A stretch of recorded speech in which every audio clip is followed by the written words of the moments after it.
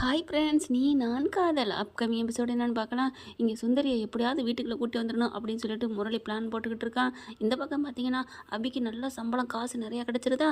அதனால் அங்கே வேலை பார்க்குறவங்களுக்குலாம் அவங்களுக்கு அந்த செலவு இந்த செலவுன்னு சொல்லிட்டு நிறையா கொடுக்குறாங்க. எதுக்குமா அபி இவ்வளோ? பரவாயில்லக்கா, நீங்கள் உழைக்கலைன்னா எனக்கு எப்படி இந்த பணம் கிடச்சிருக்கும்? உங்களோட உழைப்பு தான் எனக்கு இவ்வளோ பணம் அப்படின்னு சொல்லி கொடுக்குறாங்க. அதுக்கப்புறம் ராகவிட்டு போய் இந்தாங்க பணம் அப்படின்னு சொல்லி கொடுக்குறாங்க. ராகவ் பார்க்குறாங்க, என்ன அப்படி இந்த பணம்? நீங்கள் ஆப்ரேஷனுக்காக கொடுத்தீங்களா அந்த பணம்? எனக்கு ஆர்டரில் நிறைய காசு கிடச்சிருச்சு. அதுவும் இல்லாமல் நீங்கள் வந்து ஆர்டருக்கு கொடுத்துருந்தீங்களா தைக்கிறதுக்கு 5 நாள் வாடகை அப்படி சொல்லி கம்மி அமௌண்ட்டை கொடுத்துட்டு போகிறாங்களா. அப்படியே வாங்கிக்கிறாரு, சிரிக்கிறாரு.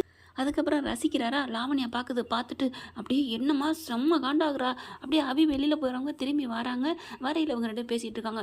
என்ன ராகவ், அவள் கொடுத்துட்டு போனது ஒரு நாள் வாடகையே பத்தாது, நீ என்ன 5 நாளைக்கு இதை போய் வாங்கியிருக்க அப்படிங்கல. என்ன லாவண்யா நீ பேசிட்ட? அவள் யார்? அவள் என்னோட பொண்டாட்டி அப்படிங்கல. அபிக்கு சந்தோஷம் தாங்கலை. அப்படியே வெளியில் நின்று கேட்டுட்ருக்காங்க. என்ன நினச்சிட்டு இருக்க? அவகிட்ட இதை நான் வாங்கினதே அவள் சந்தோஷமாக இருக்கா, அதனால வாங்கிக்கிட்டேன். அதுவும் இல்லாமல் அவள் ஏன் பொண்டாட்டி, அவளுக்கு இலவசமாகவே எடுத்துக்கலாம். நீ என்ன நினச்சிட்டு இருக்க அப்படிங்கிறாங்க. அதுக்கப்புறம் வாய முடிகிறாங்க. எனக்கு சந்தோஷம், அவன் நல்லா இருந்தால் போதும் அப்படின்னு அவ்வளோ பெருமையாக பேச ராகவ் நம்மளை பற்றி இவ்வளோ உயர்வாக நினைக்கிறாரு அப்படின்னு ரொம்ப சந்தோஷப்படுறாங்க அபி. அடுத்து பாட்டியோட பார்ட்டி ஃபங்க்ஷன் இருக்கா. அதில் பார்த்தீங்கன்னா செம்மையாக அப்படியே ட்ரெஸ்ஸை போட்டு வராங்க. ராகவ் கொடுத்த ட்ரெஸ்ஸு அதை பார்த்துட்டு எல்லாருமே வாவுன்னு விரல வைக்கிறாங்க. அடடான்ட்டு அப்படியே ராகவ் ஃப்ளாட் ஆகிட்டாரு. அவ்வளோ அழகாக இருக்கே, இன்னும் போட மாட்டேன்னு சொல்லி போட்டுட்டு வந்துட்டாலே அப்படின்னு நினைக்கிறாங்க. இவன் முரளி என்ன பண்ணுறான்? அடி பாவி, எவ்வளோ அழகாக இருக்கிற, இவன் முன்னாடி வந்து நிற்கிறியடி. இந்த ட்ரெஸ் எல்லாம் உன் அழகெல்லாம் நான் மட்டும்தானே ரசிக்கணும். என்னமோ இவன் 300 நாள் தவம் இருந்து தாலி கட்டின மாதிரி பேசுகிறான். அவ்வளோ அவன் நினச்சிக்க வேண்டியதானே ஆசைக்கல. இங்கே அபியும் ராகவும் பார்க்குறாங்க. வேறு லெவலில் இருக்கு, சூப்பர், நீங்கள் தான் பிறந்தநாள் பார்ட்டி கொண்டாடுற மனுஷன் மாதிரியே இருக்கீங்க, நீங்கள் தான் ஃபங்க்ஷனுக்கு தான் அப்படிங்கிறாங்க. சேச்சா, பாட்டி தான் இன்னைக்கு இந்த இன்னையோட நாயகி அப்படிங்கிறாங்க. அதுக்கப்புறம் பார்த்தீங்கன்னா ரொம்ப சந்தோஷம். அபிக்கு ராகவுக்கும் ரொம்ப ஹாப்பியாக இருக்குது. ராகவ் பார்க்குறாரு, அப்படியே பச்சை கண்ணு வாங்காமல் அப்படியே ரசிக்கிறாரு. அதுக்கப்புறம் தான் முரளி முட்டாள்தனமாக யோசனை பண்ணி நல்லது இவங்களுக்கு கெடுதல் பண்ணுறேன்னு சொல்லி நல்லது தாங்க பண்ணுறான். கூல்ட்ரிங்க்ஸில் தவறான பொருளை கொடுக்குறாங்களா, அதை குடிச்சப்படி என்ன பண்ணுறாரு சிவராமே, வேகமாக இங்கே வாங்க தம்பி, உங்ககிட்ட ஒன்று சொல்லணும்னு சொல்லிட்டு எல்லாத்தையுமே சொல்லி முடிச்சிடறாரு. அபி மேலே எந்த தப்பு இல்லைங்கிறத ராகவ் புரிஞ்சுக்கிறாங்க. போயிட்டு அபியை கூப்பிட்டு வச்சு அப்படியே செம்மையாக மன்னிப்பு கேட்குறாங்க. உனக்கு இதுக்கு எந்த சம்மந்தமே இல்லைங்கிறது தெரியாமல் உன்னை நான் படுத்தி எடுத்துட்டேனே அபி அப்படின்னு சொல்லிட்டு மன்னிப்பு கேட்குறாங்க. நீ அதெல்லாம் ஒன்றும் இல்லை விடுங்க அப்படிங்கிறாங்க. ஃபங்க்ஷன் முடிஞ்சதுக்கப்புறம் என்ன பண்ணுறாங்க, வீட்டுக்கு கூட வரலங்க. வீட்டுக்கு வந்து சேர்ந்த கையோட என்ன பண்ணுறாரு, காலையில் வெள்ளனை எந்திரிக்கிறாங்க. எந்திரிச்சிட்டு இங்கே வா நம்ம ஒரு இடத்துக்கு போகணும்னு சொல்லிட்டு அபியை கூட்டிகிட்டு போயிடுறாங்க. இங்கே பார்த்தா எங்கே அபி ராகவும் காணோம் அப்படின்னு கீழே பார்க்குறாங்க. என்ன மேலே கதவு பூட்டியே கிடக்கு அப்படின்னு போய் கதவை திறக்கிறாங்க. இங்கே யாருமே இல்லை. என்னங்க இங்கே காணுமே யாரையும் அப்படிங்கிறாங்க. அவங்க பார்த்தா ஜாலியாக அப்படியே போய்கிட்டு இருக்காங்க. ஃபோன் அடிக்கிறாங்க. அஞ்சலி, எங்கேப்பா போனேன், உன்னை காணோம் அப்படிங்கல. இல்லை ஆஃபீஸ் விஷயமா வெளியில் வந்திருக்கோங்க்கா அப்படிங்கிறாரு. ஆஃபீஸ் விஷயமா வெளியே வந்திருக்கா, எங்கேப்பா போயிருக்க அப்படிங்கல. வெளியில் தாக்கா அப்படிங்கிறாங்க. எங்கே, நம்ம ஆஃபீஸுக்கு தான் அப்படின்னு சொல்லிட்டு இருக்காங்க. அப்போ நீ எப்போ வருவ அப்படிங்கல. நான் வர்றப்போ வரேன் அக்கா, நீங்கள் கோச்சிக்காதீங்க. நான் ஒரு விஷயம் நானும் அபியும் வந்திருக்கோம், உங்ககிட்ட சொல்லலாமா என்னன்னு தெரியல. ஆனால் ஒரு 2 நாள் ஆகும் வர்றதுக்கு, நீங்கள் அட்ஜஸ்ட் பண்ணிக்கோங்க. ஆனால் யார்ட்டையும் சொல்லிக்க வேணாம். ஏப்பா எங்கன்னு கேட்பாங்களே, 2 நாளில் வந்துடுவேன்னு மட்டும் சொல்லுங்கள் அப்படிங்கிறாங்க. சரி, ஏதோ நீ அபியை மட்டும் சந்தோஷம் வச்சுட்டா எனக்கு போதும் அப்படிங்கிறாங்க. அதுக்கப்புறம் எங்கே ராக்கி பாய் நம்ம போகிறோம் அப்படிங்கிறாங்க. ஒரு இடத்துக்கு தான் அப்படின்னு சொல்லிட்டு என்ன பண்ணுறாங்க, விமான நிலையத்துக்கு போகிறாங்க. எங்கே அப்படிங்கிற வா அப்படி சொல்லி கூட்டிகிட்டு போகிறாங்க. இதெல்லாம் நான் எப்போவோ டிக்கெட்லாம் வாங்கிட்டேன் அப்படிங்கிறாரு. என்னாச்சு இன்னைக்கு உங்களுக்கு அப்படிங்கிறாங்க. என்னங்கிறத நான் போயிட்டு சொல்கிறேன் அப்படிங்கிறாங்க. வண்டி எங்கே போகுது தெரியுமா, ஃப்ளைட்டு வண்டின்னு வருதுங்க. ஃப்ளைட் என்ன நேராக போகுது, நம்ம டெல்லிக்கு ஆக்ராவுக்கு போயிருதுங்க.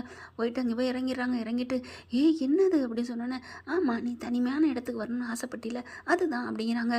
ராகவ், என்ன ராகவ் அப்படிங்கிற, உண்மையிலே உன் மேலே அவ்வளோ ஆசை வச்சுருந்தேன் அபி, எவ்வளோ காதல் வச்சுருந்தேன் தெரியுமா. இந்த முரளினால் நான் எவ்வளோ கெட்டவனாக மாறி இருந்திருக்கேன். ஒரு தப்புமே அறியாத புனிதமானவன் நீ. ஒன்று தெரியாமல் நான் எவ்வளோ கொடுமைப்படுத்திட்டேன். இதுக்கெல்லாம் எனக்கு என்ன தண்டனை கிடைக்குதுன்னு தெரியல. ஆனாலும் உன்னை நான் இனிமேல் சந்தோஷப்படுத்துவேன் அப்படின்னு மனசில் நினச்சிக்கிறாங்க. என்னாச்சு என்ன அப்படிங்கிற, அப்படி டக்குன்னு சுதாரிப்புக்கு வராரு. ஒன்றும் இல்லை அபி அப்படின்னு சொல்லி கையை பிடிச்சி கூட்டிகிட்டு போகிறாங்க. அப்படியே பார்க்குறாங்க, அழகாக இருக்குது, சூப்பராக இருக்குது அப்படின்னு சொல்லிட்டு அழகாக புல்வெளியெல்லாம் இருக்கா. அப்படியே நிற்க வைக்கிறாரு. நிற்க வச்சுட்டு அழகாக போயிட்டு டக்குன்னு என்ன பண்ணுறாங்க, அப்படியே பூ எடுக்கிறாரு. பூ எடுத்து அப்படியே கையில் கொடுக்குறாங்க. ஐ லவ் யூ அபி அப்படின்ட்டு. என்னாச்சு ராக்கி பாய், ஐ லவ் யூலாம் சொல்கிறீங்க அப்படிங்கல. ஆமாம், என் பொண்டாட்டி, எனக்கு பிடிச்ச பொண்டாட்டிக்கு நான் ஐ லவ் யூ சொல்கிறேன், இதில் என்ன இருக்குது அப்படின்னு அப்படியே கொடுக்குறாங்க. வாங்கிக்க மாட்டியா, என் காதலை ஏற்றுக்க மாட்டியா, இல்லை என்ன தான் ஏற்றுக்க மாட்டியா? ஐயோ ராகவ், என்ன நீங்கள் சொல்லிட்டீங்க, இப்படி பாசமாக பேச மாட்டீங்களா, நான் எத்தனை நாள் ஏங்கியிருக்கேன் அப்படின்னு சொல்லிட்டு அப்படியே என்ன பண்ணுறாங்க, அதை வாங்கிட்டு அவங்களும் முட்டி போட்டு அப்படியே கட்டி பிடிச்சிக்கிறாங்க. அப்படியே எல்லோரும் கிளாப் பண்ணுறாங்களா, பார்த்த கீழே எல்லோரும் பார்க்குறாங்க. ஐயோ எல்லோரும் பார்க்குறாங்கன்னு பட்டுன்னு எந்திரிச்சிடுறாங்க. சூப்பர் ஜோடிங்க, உங்களுக்கு ஏற்ற மாதிரி இவங்களும் முட்டி போட்டு அதை வாங்கினாங்க பார்த்தீங்களா, அது வேறு லெவல் தான் அப்படிங்கிறாங்க. அப்படியே 2 பேரும் வைக்கப்படுறாங்க, கையை கோர்த்துக்கிறாங்க. அப்படியே சத்தம் போட்டு கத்துறாங்க, ராகவ் ஐ லவ் யூ அப்படின்னு சொல்லிட்டு, அபி ஐ லவ் யூ அப்படின்னு வானத்தில் அப்படியே ஒலிக்குதுங்க. அது அப்படியே இங்கே பார்த்தீங்கன்னா வயிறு எறிஞ்சிருக்கிறான், எங்கே போயிருப்பான்னு ஃபோன் மேலே ஃபோன் பண்ண சொல்லிக்கிட்டே இருக்கான் அஞ்சலிட்ட.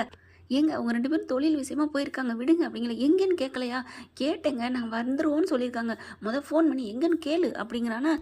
அது சரி, நீங்கள் ஏன் இவ்வளோ பறக்குறீங்க, அவங்க எங்கே போனால் உங்களுக்கு என்ன அப்படிங்கல. என்னம்மா அவங்களுக்கு எதுவும் ஆயிடக்கூடாதுல்ல, அங்கங்கே ஏதாவது நடக்குது அதனால தான். அதெல்லாம் ஒன்றும் நடக்காது, அவன் என்ன பச்சை பிள்ளையா, வந்துடுவான் விடுங்க அப்படிங்கிறாங்க. அதுக்கப்புறம் இவர் சொல்கிற மாதிரி ஏதாவது நடந்துட்டா மறுபடியும் ராகவுக்கு கால் பண்ணுறாங்க. அங்கே பார்த்து அவங்க கால் அட்டன் பண்ணுற நிலைமையில இல்லை, கட்டி பிடிச்சிட்டு ஒருத்தர் மெய் மறந்து புல்வெளியில் அப்படியே படுத்து ரசிச்சுக்கிட்டு இருக்காங்க. அப்போ ஃபோன் அடிச்சுட்டே இருக்குது, கிருங்குது. ஏன்னா சைலண்டில் போட்டார், இருந்தாலும் வைப்ரேட்டிங் மூடுங்கிறதுனால கேட்குதா. எடுத்து பார்க்குறாங்க, அக்கா அப்படிங்கிறாங்க.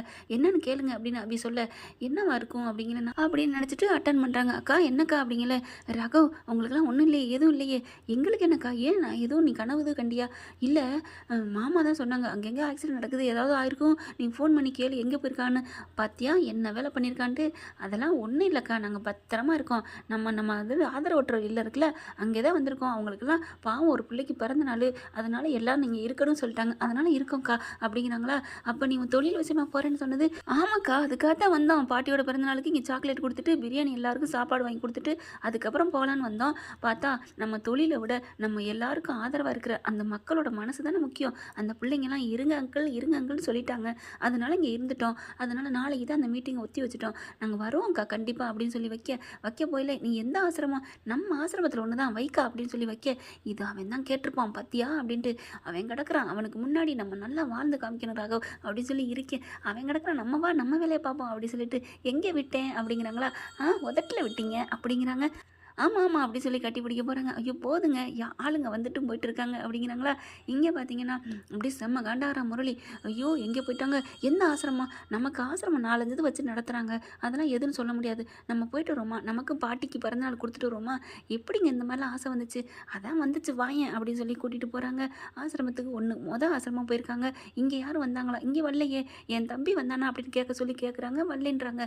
அப்புறம் எங்கே போயிருப்பான், ஆசிரமத்துக்கு போகாமல் ரெண்டு ஜல்ஜா பண்ணதுகளா அப்படின்னு செம்ம மூடாகிறான், வெறியில் இருக்காமா முரளி. ஓகே ஃப்ரெண்ட்ஸ், இன்னும் 2-3 நாள் நல்லா என்ஜாய் பண்ண போகிறாங்க. அது என்னென்னங்கிறத அடுத்த பகுதியில் சுவாரஸ்யத்தை பார்க்கலாம். இந்த பதிவு உங்களுக்கு பிடிச்சிருந்துச்சுன்னா உங்கள் பொண்ணான கையால் ஒரு லைக்கை போட்டு சப்ஸ்கிரைப் பண்ணிடுங்க. Thank you friends.